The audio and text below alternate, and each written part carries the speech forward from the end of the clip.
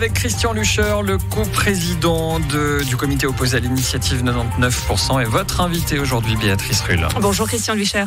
Bonjour. Merci d'être sur Radio Lac ce matin. Cette initiative 99% demande donc que les revenus du capital soient imposés à 150% dans la limite dont le seuil reste à fixer, mais les initiants parlent de 100 000 francs. Taxer davantage le capital qui est finalement de l'argent qui rapporte tout seul plutôt que celui du travail, ça semble une réforme plutôt très équilibrée. On pourrait envisager effectivement de taxer le capital si on supprime l'impôt sur la fortune. Mais c'est vrai que quand on lit le texte, d'ailleurs la chanson de Michael Jackson, le rire final, c'est peut-être Michael Jackson qui lisait le texte de l'initiative, parce qu'il y a effectivement de quoi se taper les mains sur les cuisses. En fait, le gros problème de cette initiative, c'est qu'elle dit des choses que ne veulent pas vraiment les initiants. C'est une véritable tromperie, c'est un mensonge.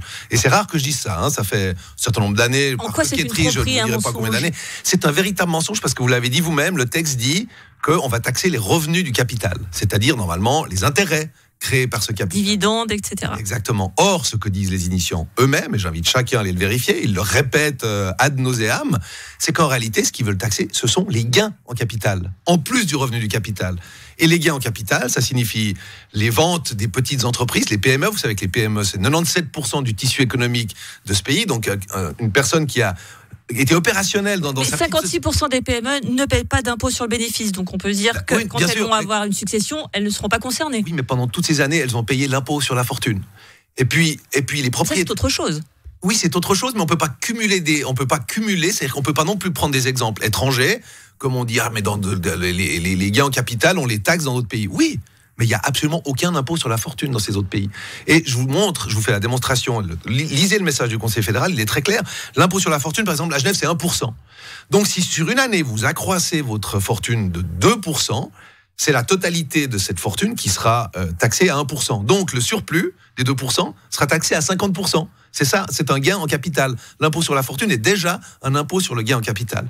Mais surtout, ce que les gens doivent savoir, c'est que ce à quoi s'appliquera cette initiative, si elle était acceptée, mais elle ne le sera pas, donc ça rassure quand même, c'est qu'un petit propriétaire qui, par exemple, prenons une hypothèse purement genevoise, à 30 ans, vous achetez un appartement, 500 000 francs, et vous nantissez votre deuxième pilier, c'est-à-dire que vous-même, vous pouvez verser votre deuxième pilier, vous vous privez de vacances, parce que vous devez payer les intérêts, vous privez de loisirs, et puis 25 ans plus tard, vous n'arrivez pas loin de l'âge de la retraite et vous devez vous créer ce petit capital que vous n'avez pas pu vous créer, précisément parce que vous n'avez pas accumulé de deuxième pilier.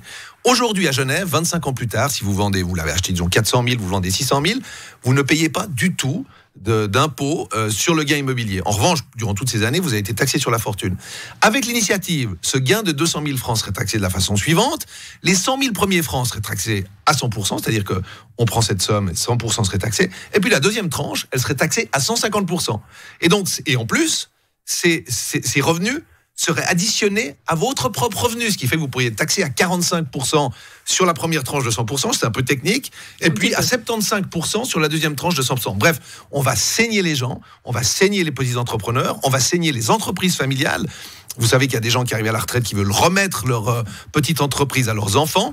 Si les enfants doivent payer un impôt qui correspond à 150% des titres de la société d'une petite PME, une SARL, une SA, qui vont racheter... Encore une fois, 34% payent moins de 10 000 francs d'impôt sur le bénéfice. Donc, elles ne sont pas toutes concernées. Oui, d'accord, mais le fait de ne pas faire de bénéfice ne veut pas encore dire que la société ne vaut pas quelque chose. Or, c'est ce capital-là qui, au moment du départ, lorsqu'on transmet la société, serait taxé à 150%. Ça signifie que les héritiers pourraient, cas échéant, ne même pas avoir les moyens d'acheter cette entreprise. Et puis, tout ce qu'on paierait de plus à l'État, c'est de l'argent qui ne serait pas investi dans la société pour sa pérennité. Donc, et c'est là qu'il y a un énorme mensonge dans cette initiative, parce qu'on l'appelle 99%, en disant on va taxer 1% des riches. Ah, est-ce que c'est bon de taxer 1% des riches? C'est sexy, ça fait plaisir à 99% de la population. En réalité, c'est pas ça du tout.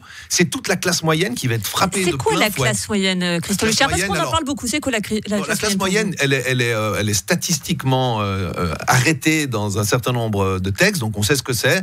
Si c'est un couple, c'est des gens qui gagnent environ 180 à 200 000 francs à 2 salaires par année.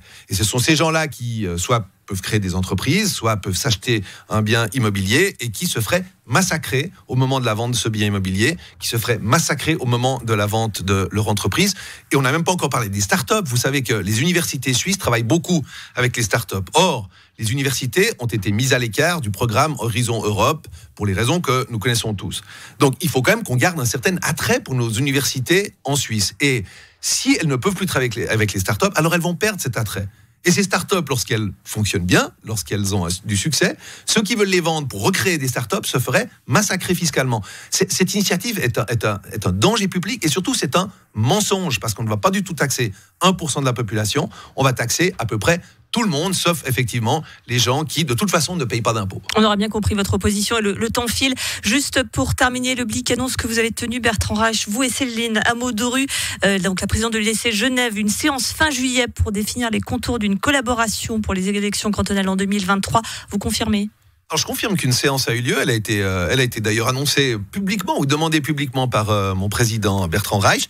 Nous avions invité effectivement les PDC, enfin maintenant on dit le centre, et l'UDC à une rencontre pour voir si on pouvait avoir des plateformes communes d'idées. Et c'est typiquement le cas, par exemple, sur l'initiative 99%.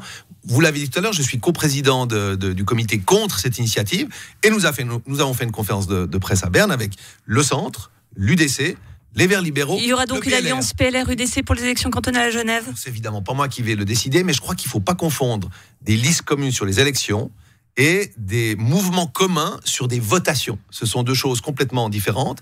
Et il ne faut pas confondre non plus des listes communes et des renonciations au profit d'un parti par rapport à une autre liste où il pourrait y avoir des renonciations.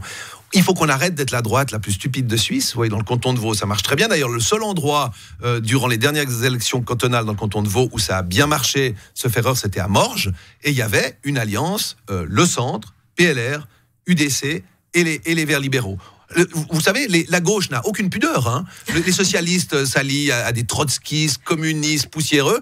Et par contre, alors dès que nous, on veut discuter avec l'UDC, ouh là là, quelle catastrophe, nous devons, tous les partis du centre et de la droite, nous mettre ensemble pour faire gagner Genève face à une gauche qui, elle, veut la tirer vers le bas. La faconde de Christian Lucher, coprésident du comité opposé à l'initiative 99%. Merci d'avoir été sur Radio Lac ce matin. Merci à vous.